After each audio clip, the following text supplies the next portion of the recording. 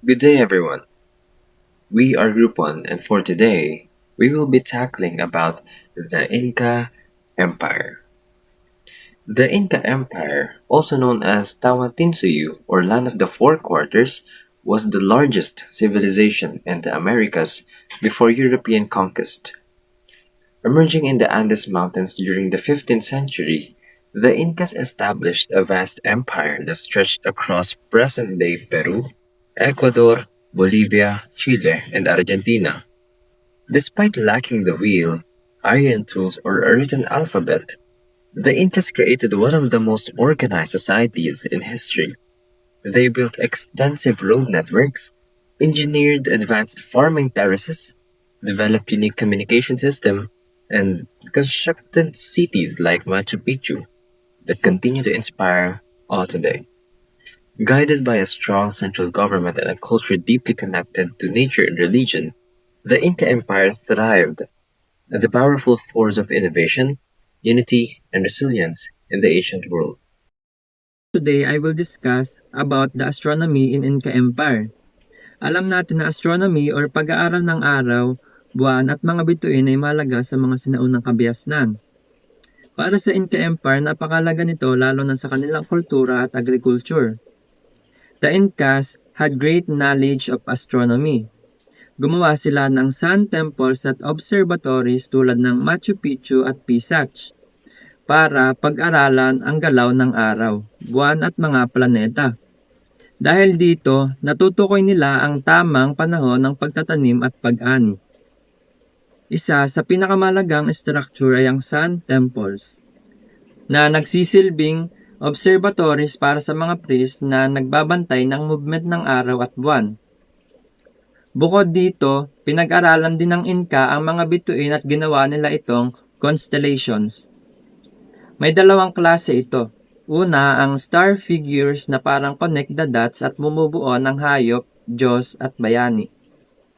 Example dito ang Pleiades na sacred para sa kanila at konektado sa kalusugan ng mga hayop. Pangalawa, ang dark constellation na nakikita bilang dark patches sa Milky Way. Para sa Inca, ang Milky Way ay isang heavenly river at yung mga dark spot dito ay tinuturing nilang mga hayop na buhay. Narito ang ilan sa mga animal constellation ng Inca. Ang una ay ang Michek o Shepherd, isang babae kasamang Yamas at Fox. Ang pangalawa ay Atok o Fox, nasa paanan ng Yama, parang hinahabol at tinatadyakan. At ang pangatlo ay ang Yama Nyawin with Una Yama Cha, pinakamalagang constellation. Nagpapakita ng ina at batang Yama at ang mata ay Alpha at Beta Centauri. Ang pang-apat ay ang Yuto o Tinamo, isang ibon na hinahabol ang toad konektado sa potato harvest. Ang panglima ay ang Hanpatu o Toad, simbolo ng ulan at hudyat ng pagtatanim. At ang huli ay ang Machakway o Serpent. Ito ay tagapangalaga ng lahat ng ahas. Lumilitaw ito tuwing August. At ito naman yung mga pictures ng animal constellation ng Inca Empire. I will be talking about the calendar, or to be more specific, the lunisolar calendar of the Incas. This calendar is divided into two: the 365 solar calendar and the 328-day lunar calendar. First, I will be talking about the solar calendar. The solar calendar is based on the sun's cycle. Now, ano nga ba ang purpose ng solar calendar? It serves as guide in economic activities ng mga Incas, which is farming, mining, construction, and warfare. Now, ano ba ang purpose ng solar? Ang solar is nagde-determine din or ginagawa siyang basis para ma-determine kung anong season ang meron sa panahon na yan. With this knowledge, ginagamit nila ito kung kailan sila magtatanim at kung kailan sila mag-harvest. Now, next, ano naman ang lunar? Ang lunar naman is nakabase sa phase ng moon, which Kung ang solar is agriculture, ano naman ang lunar? Ang lunar naman is nagde-determine kung kailan sila magre-rituals or festival. As basic as that. Now, let's talk about the 12-month calendar of the Incas. We have Kapak Raimi, which is December, Kamay Kila, which is January, Hatan Pukoy, February, Pakay Pukoy, March, Ariwakis, April, Hadin Kuske, May, Akay Kuske, June, Chagwa Huarques, July, Yapakis, August, Kuya Raimi, September, Huaraimi, October, and Ayamarka, November. Pag-usapan naman natin ang number system ng Inca. Nakadevelop ang Inca ng isang method pang store ng numerical information, which is tinawag nila itong kipu. Ano ba ang kipu? Ang kipu is isang bagay na set of collection siya ng mga lubid na may mga buhol-buhol sa iba't ibang level. Which yung buhol is merong meaning. Pero bago natin pag-usapan yung meaning na yan, saan ba ginagamit ng mga Incas ito? Ginagamit na nila ito pang collect ng data, store tax, calendarical information, at saka military organization. Nang pag-usapan natin kung ano bang meaning ng mga buhol. Yung knots daw is merong 10 positional system. So, on a kipu, may iba't ibang level yan. Sa first level is dun yung mga single-digit numbers. Sa second level is yung mga 2-digit number. And sa last level is yung mga 3-digit number. So, sa first level is yung 1 to 9. Yung sa second level naman is yung 10 up to 90. While yung last level is 100 up to 900. So when you think about the Inca Empire, one of the first things that stands out is how advanced they were in technology, even without innovations like the wheel, iron tools, or a written language.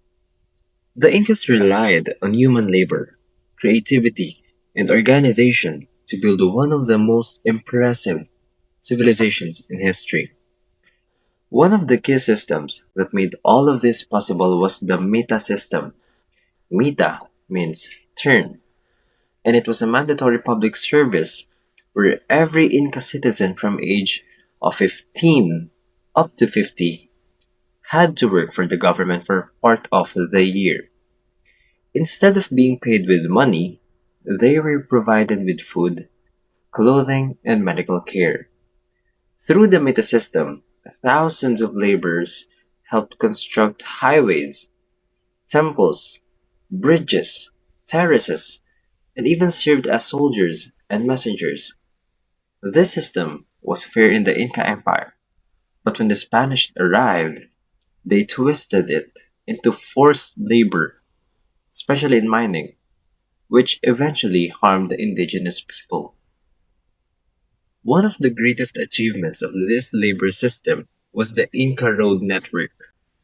The Incas built around 25,000 miles of roads across mountains, deserts, and forests. These roads connected their vast empire and were designed mainly for walking and for llamas carrying goods. To cross rivers and deep ravines, they built suspension bridges made entirely of woven grass ropes. Imagine cables up to 5 feet thick, so strong that people and even armies could cross safely. These bridges were carefully maintained by local communities, and rebuilding them was considered both a duty and a sacred ritual. The roads weren't just for travel, they also supported the communication system. The Incas had trained runners called chasques.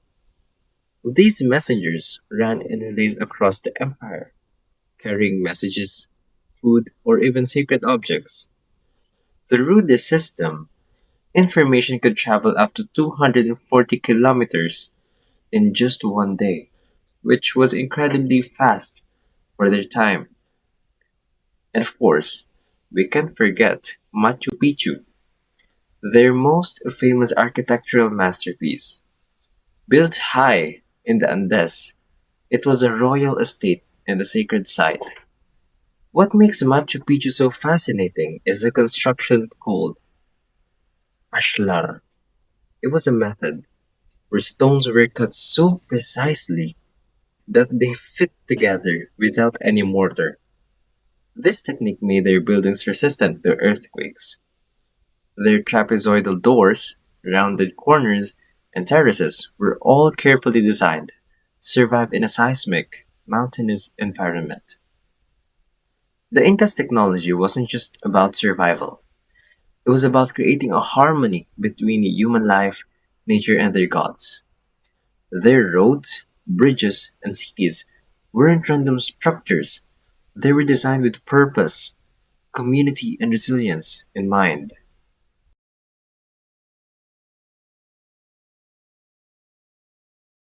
In healing knowledge, the Incas had a wide knowledge of healing and could cure many illnesses such as cough, bronchitis, ulcers, and even problems with the eyes and teeth. They also discovered ways to strengthen the immune system by increasing white blood cells.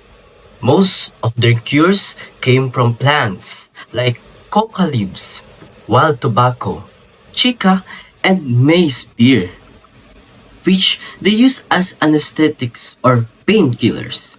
They even knew how to create natural antiseptics using plants like balsam and saponins, which work like soap to clean and prevent infection.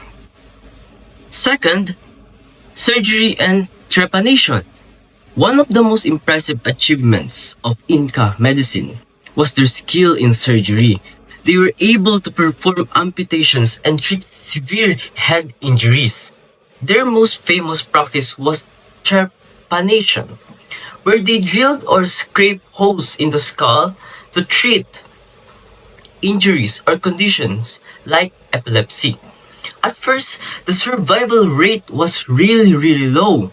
But by the 1400s, around 90% of the patients survived. Some even underwent multiple surgeries with evidence of up to 7 operations on the same skull. They reduced infections with natural antiseptics and gave maize beer as a pain reliever. Now, let's move on to Inca doctors and healers. The Incas also had different types of doctors, each with specific roles. The Watuk was responsible for diagnosing illnesses and finding their origins. Second, the Hanpak acted as a healer, using herbs and minerals, much like a shaman. The Paco focused on the spiritual side of health and minerals, treating the soul which they believed lived in the heart. Finally, the San Koyok was a surgeon priest who handled broken bones, abscesses, and even tooth extractions. And fourth, training and legacy. Becoming a doctor in Inca society was not easy at all. Medical knowledge was passed from father to son, and the young student would later study at the Inca school of medicine in Cusco. They learned about herbs, minerals, and treatments. It took many years of practice before someone was considered a true doctor. Just like today, it takes 8 years to become a doctor. The most skilled surgeons worked with the army of treated nobles in large cities. They were always improving old cures and searching for new remedies, which led to great advancement in medicine.